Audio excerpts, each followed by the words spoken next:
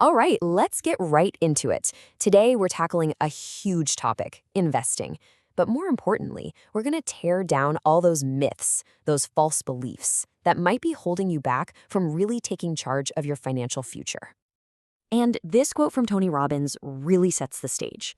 Because the real danger here, it isn't making a mistake. It's doing nothing at all. It's letting your money just fall asleep while the rest of the world keeps spinning. And you know that inaction, it almost always comes from this battle going on inside our heads. On one side, you've got fear, doubt, all the what ifs, but on the other, there's that desire to build something real, to gain some genuine freedom. Today, we're going to settle that fight.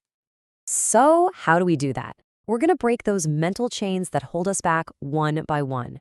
You know the ones, all those famous excuses we tell ourselves. Ready to dive in? First up, the big one. The idea that investing is some exclusive club, only for millionaires. That is absolutely false. Look, the crucial point isn't how much money you have. It's about simply starting. Even 10 bucks or 10 euros, whatever, that's the very first brick you lay down for your financial future. The most important thing is just getting your foot in the door. Myth number 2, you need a PhD in finance just to dare to invest your money.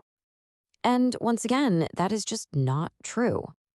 You don't need to know how to predict the market. You just need to understand a few basic principles to avoid the big mistakes and start putting your money to work. That fundamental knowledge is your best asset.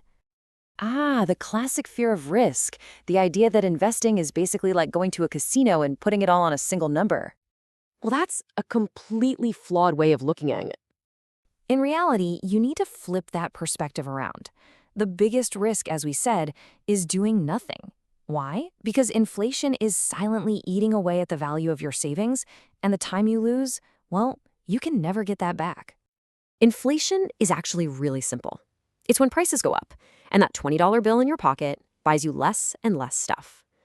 If your money isn't working for you, it's losing value day after day. And finally, the ultimate excuse of our era. I'm just too busy. I don't have time for this. That one is radically false.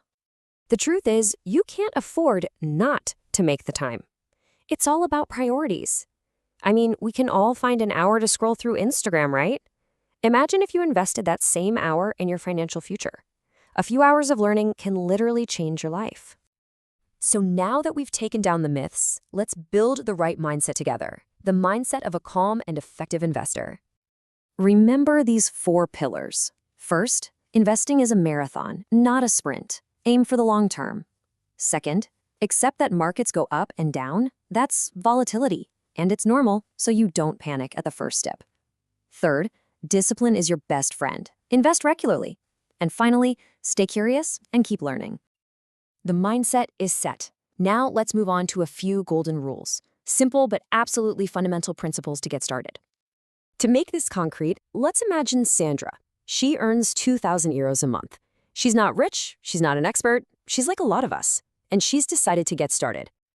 Here are the 4 simple rules Sandra is going to follow. 1. Never invest in something she doesn't understand. 2. Start as early as possible so that time becomes her ally. 3. Diversify, which just means not putting all her eggs in one basket to limit risk. And 4.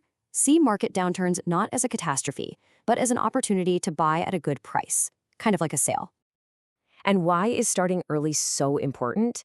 Because of this little bit of magic, compound interest. It's the snowball effect. Your money makes money, and then that money starts making its own money.